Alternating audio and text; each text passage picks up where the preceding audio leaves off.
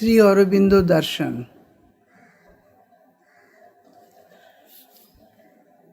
This is an account by Sri T.V. Kapali Sastry, taken from Collected Works of T.V. Kapali Sastry, Volume 2, published by Dipti Publications, 1979, pages 231 to 36. The title is My First Meeting with Sri Aurobindo. It was April 1917. I had received an invitation in Madras to deliver a lecture in connection with the Shankara Jayanti celebrations at Pondicherry.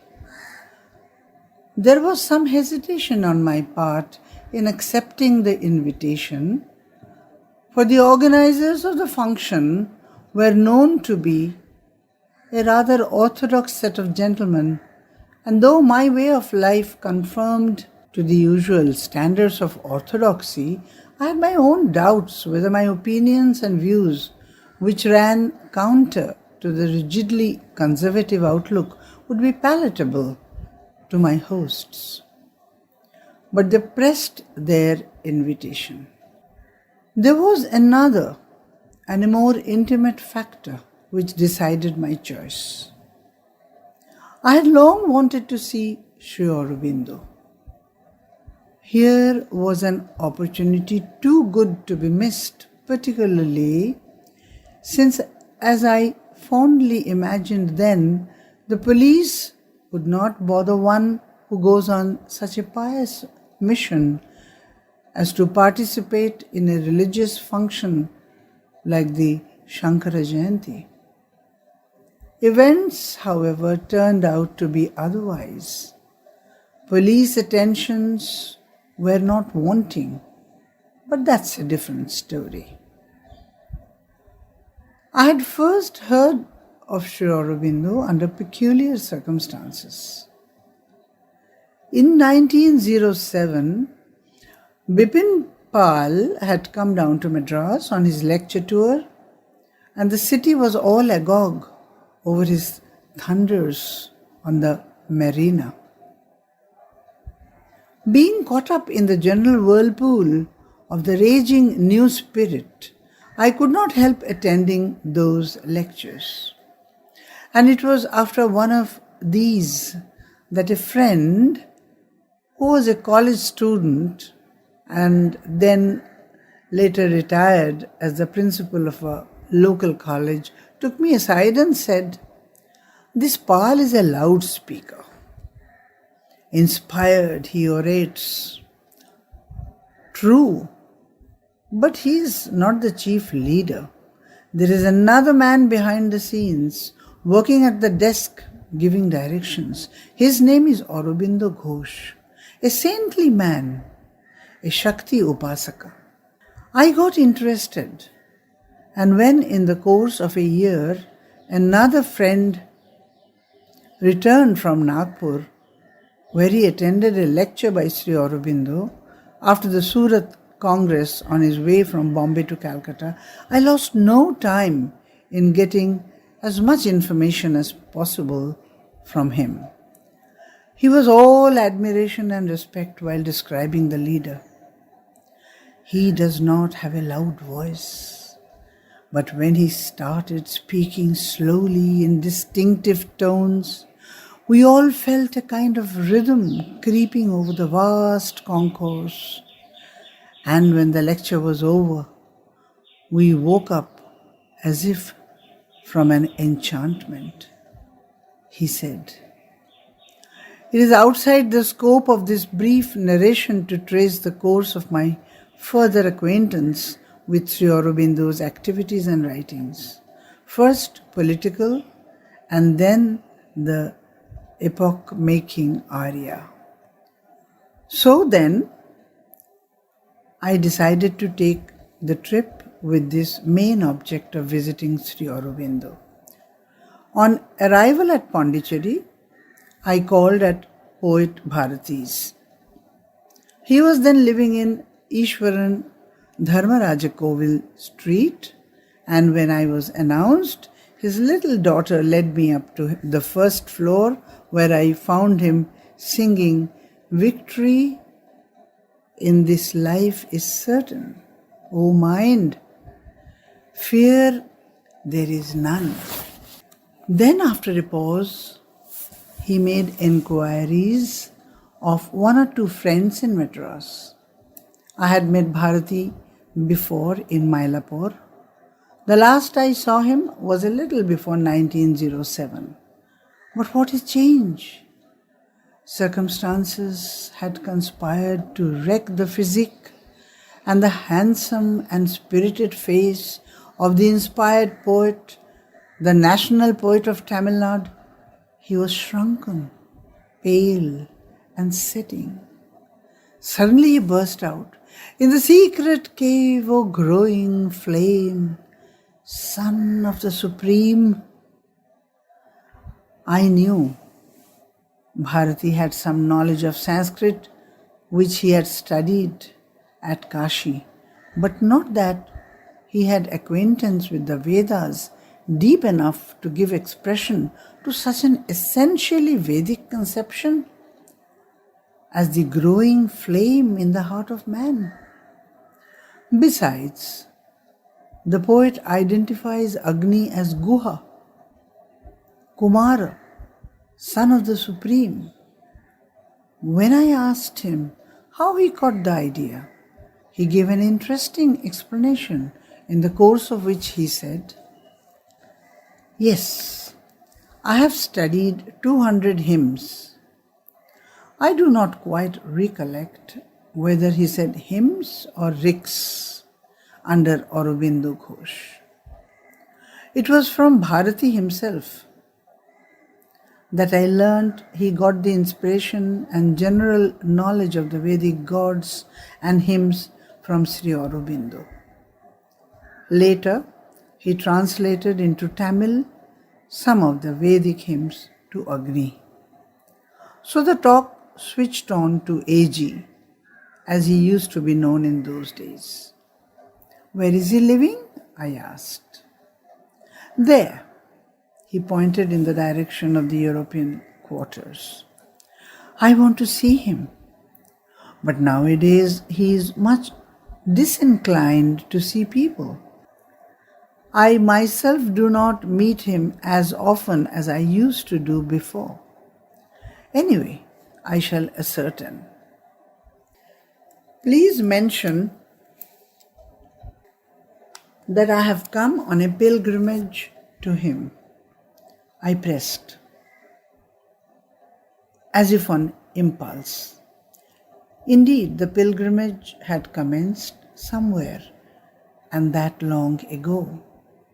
Bharati wrote out a brief note in Tamil, a characteristically humorous one, to Nagaswami, who was attending on Sri Aurobindo at that time, and signed himself as Shakti Kumar, and he sent me with an escort to the house where Sri Aurobindo lived.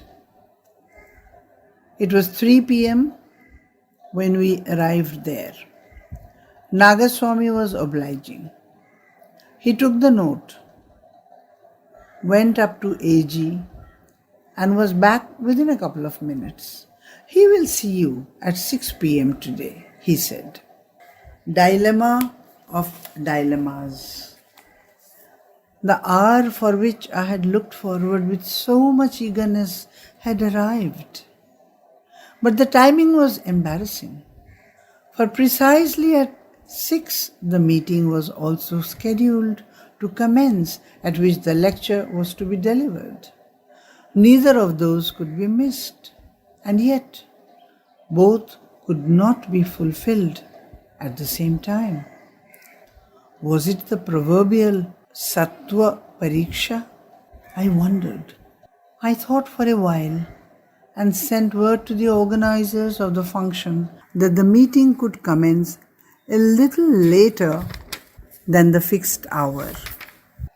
At 6, I was escorted up the stairs of the house of Sri Aurobindo. It is now known as the guest house, which name it acquired after Sri Aurobindo shifted to another building, now in the main ashram block. As I went up the stairs and reached the threshold, there stretched in front of me a long hall with a simple table and 2 chairs at the center. At the further end was a room on the threshold of which stood Sri Aurobindo. Like a moving statue, such was his impersonal bearing. He advanced towards the table as I proceeded from my end, and we both met at the center. Like Rama, the Aryan model of courtesy and nobility held up by Valmiki, Sri Aurobindo spoke first. Purva Bhashi. I had carried with me a lemon fruit as a humble expression of my esteem for him, and after he sat down, I placed it on the table in his front and said, Sudinam Asid Adya, a happy day today. Sri Aurobindo leaned over to the youngster who was still there and seemed to ask him if I knew English. He was assured I knew, and with what smattering of the language I had, we commenced the conversation. It would be an omission if I failed to tell here what happened the moment I stood face to face with Sri Aurobindo at the table.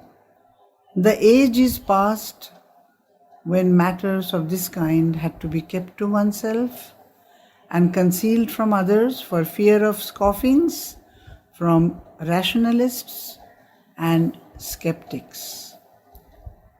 Man has come to realize that there are more things on earth and in heaven than are written in books and discovered in laboratories. Well, as soon as I saw him, even from a distance, there was set in motion all of a sudden a rapid vibratory movement in my body from head to foot. There was a continuous thrill and throb. I seemed to stand on the top of a dynamo working at top speed, and it was as powerful as it was new. It lasted for nearly 4 to 5 minutes. It did not really stop at all. In fact, it continued ever since for long, and every time I went to see him later, or for his darshan after his retirement, the phenomenon tended to repeat itself. A spiritual personality continually pours out spiritual emanations from within, and it would seem that when anyone with some secret affinity or even a point of contact somewhere in the being comes within the ambience of these vibrations, there is an attempt by something subtle in us to imbibe as much of these sustaining and strength-giving radiations as possible. But the physic, not being so supple, cannot support this occult commerce for long. It lacks the necessary nerve force to keep up the flow, and the physical palpitating movement is the result. Of course, I find this explanation now. All that I knew at that time and could not help knowing was that I was in the presence of an unusually mighty personality. Was it the sunflower turned to the sun, or was it the filings in a tremulous dance before a block of magnet? Or was he the mystic spider, ever watchful, taking his prey alive to preserve it within his web, biding his hour? I had 3 important questions to ask. 2 of them are not of moment here. The question of the country's future was naturally uppermost in my mind, and I was eager to know what Sri Aurobindo thought of it. I wanted to have a word of hope, if that was possible, from this statesman and prophet, from this rare gift of God to the nation in regard to the prospects before the country, and asked, what are the immediate possibilities of India? Why possibility? It is a certainty, he returned with emphasis.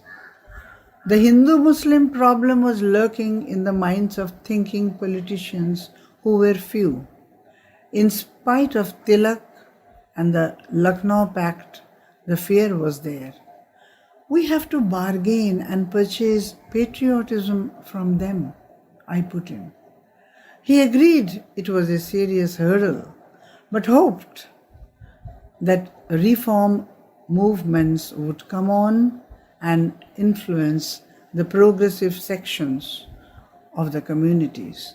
A larger Hinduism could find a solution, and it is a necessity, he added thoughtfully. It was 7 o'clock now. The hour to which the lecture was postponed arrived, and I rose to take leave. To a question of mine while parting, he said, "You can come here tomorrow, but by this time." Did I part the same person who came at 6 o'clock? Apparently I did, but not for long. For something had happened to me of which I was not fully mindful, nor did I imagine the full significance of what took place in my first meeting with Sri Aurobindo.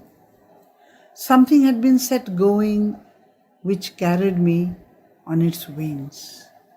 This is more than a figure of speech, shuttling me from and back to him with an irresistible intensity, till at last I came back to him 6 years later, 1923, in a different role this time, as a seeker, seeking the feet of the teacher, and exclaimed, marveling at the change in his appearance, "What other proof is required, sir?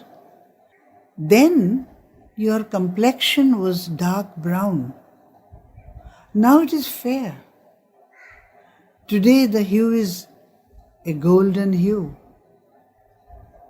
Here is the concrete proof of the yoga that is yours."